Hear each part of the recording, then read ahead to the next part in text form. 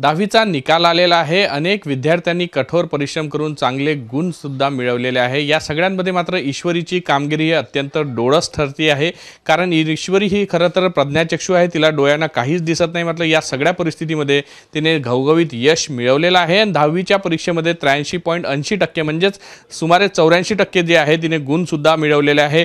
Braille लिपीतून तिने हा सगळा अभ्यास केला, त्यामुळे आता सध्या ईश्वरी पांडे म्हणजे पांडे कुटुंबियामध्ये आता आनंदाचं वातावरण आपल्याला पाहायला मिळते आहे।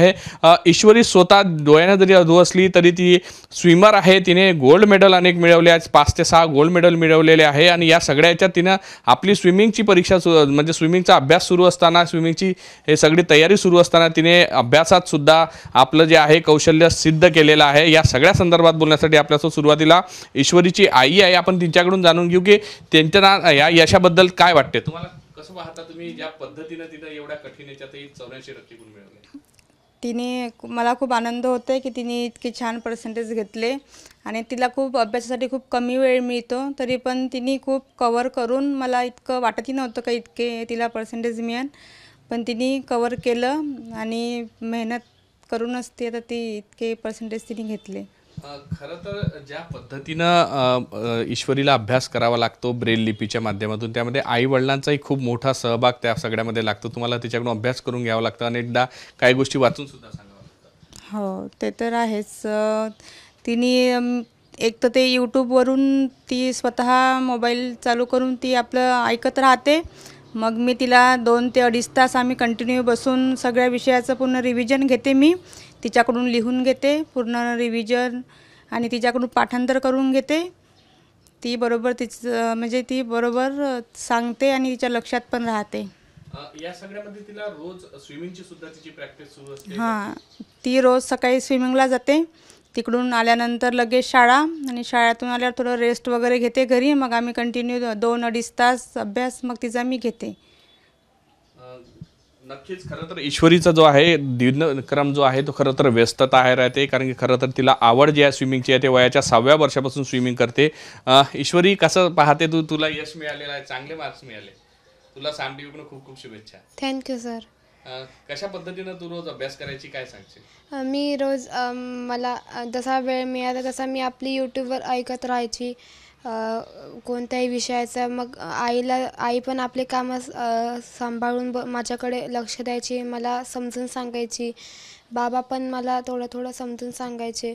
असा मी माझा वेळ सांभाळून अभ्यास केला।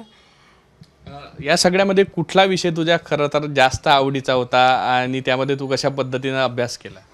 मला तर सर्वात जास्त विषय मराठी आवडीचा आहे। मराठी काय, का बरं? मराठी कविता आवडते, काय आवडतं? कविता आवडते, ज्या कविता आवडतात पण ज्या असं चालीत म्हणायला खूप आवडतात। तुला गाण्याची सुद्धा आवड आहे म्हणून? हो, मी माझ्या मॅडमला ओरल वगैरे घ्यायच्या तर त्या मी चालीत म्हणून दाखवायची, त्या पण माझ्या कविता अशा रेकॉर्डिंग करून ठेवायच्या। अच्छा, आणखी कुठला कुठला विषय आवडतो? आणखी मला इतिहास, भूगोल, इंग्लिश, मॅथ। ब्रेल लिपीतून जेव्हा तू अभ्यास करायची तेव्हा तुला त्रास व्हायचा, कशा पद्धतीने सगळं व्हायचं, आई वडिलांची कशी मदत? सुरुवातीला थोडा त्रास झाला, कारण मला वाचणं पण जमत नव्हतं आणि लिहिणंही जमत नव्हतं।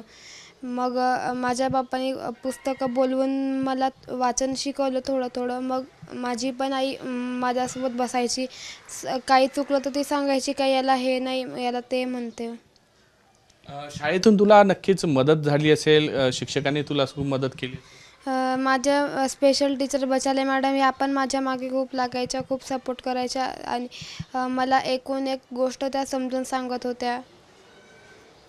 वयाच्या 6व्या वर्षापासून तू स्विमिंग करते, कशा पद्धतीने तुला पुढचं करिअर करायचं? स्विमिंगमध्ये तुला आवड आहे, गणित, तुला गाण्यात आवड आहे, काय काय तुझं आवड आहे आणि कशा पद्धतीने तुला पुढे करिअर करायचं? आता स्विमिंगमध्ये तर मला यावर्षी श्रीलंका ते भारत हा 40 किलोमीटरचा रेकॉर्ड करायचा आहे गिनीज बुकचा, आणि अभ्यासात तर पुढे जायचं आहे, अजून संगीतच्या पण मला 2 एक्झाम आता पास करायचे। यापूर्वी तुला गोल्ड मेडल मिळालेले आहे, कुठल्या कुठल्या महत्त्वाच्या नॅशनल स्पर्धा तू सगळ्या स्विमरमध्ये? मी 2001 पहिली कॉम्पिटिशन माझी समुद्राची झाली, 2021मध्ये गुजरात येथील पोरबंदर येथे 5 किलोमीटरची स्विमिंगमध्ये मला गोल्ड मेडल मिळाले आहे। आणि मार्च 22 उदयपूर राजस्थान येथे राष्ट्रीय पॅरा चॅम्पियनशिपमध्ये मला 1 गोल्ड 2 सिल्वर मेडल मिळाले आहे.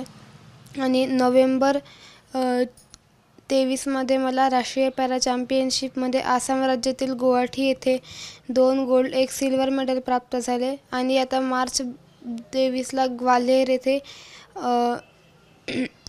2 गोल्ड मेडल प्राप्त झाले. आणि आता 2024मध्ये गोव्याला मला 2 गोल्ड आणि 1 सिल्वर मेडल आहे. पुढे तुला नेमकं काय उद्देश आहे? तुला अधिकारी बनायचं आहे? नेमकं काय तुझा जीवनाचं ध्येय असणार आहे की स्विमिंगमध्येच तुला पूर्ण करिअर करायचं आहे? स्विमिंगमध्ये तर करायचंच आहे, पण अभ्यासामध्येही पुढे जायचं आहे. अभ्यास करून पुढे जायचं आहे, नेमकं काय ठरलं आहे काही? आता नक्कीच ही होती ईश्वरी. ज्या पद्धतीनं तिनं स्विमिंगमध्ये तिला खरं तर फार जो आहे तो छंद आहे तिचाला. स्विमिंग ती करते, गाणं ती गाते आणि या सगळ्यामध्ये तिने अभ्यासाकडे मात्र कुठेही दुर्लक्ष होऊ दिलं नाही. आणि तिने आपली कामगिरी जी आहे ते डोळस पद्धतीने करून दाखवलेली आहे. जरी ती दिव्यांग असली, प्रज्ञाचक्षू असली, तरी तिने घेतलेले गुण हे अनेकांना आरसा दाखवणारे. आणि तिने या सगळ्या कठीण परिस्थितीत परिश्रम घेत हे सगळे गुण मिळत हे यश संपादन केलं आहे. त्यामुळे यावर सध्या कौटुंबिक असो की बाहेरून असो सगळ्यांचा वर्षाव जो आहे तो केला जातोय. व्हिडिओ जर्नलिस्ट सौरभ भोलेसह पराग डुबळे, साम टीव्ही न्यूज, नागपूर. देश विदेशातील प्रत्येक घडामोडींचे लाईव्ह अपडेट मिळवण्यासाठी आता साम टीव्हीच्या सर्व सोशल मीडिया प्लॅटफॉर्मला लाईक, फॉलो आणि सबस्क्राईब करा. तसंच सर्व नोटिफिकेशनसाठी बेल आयकॉन प्रेस करायला विसरू नका.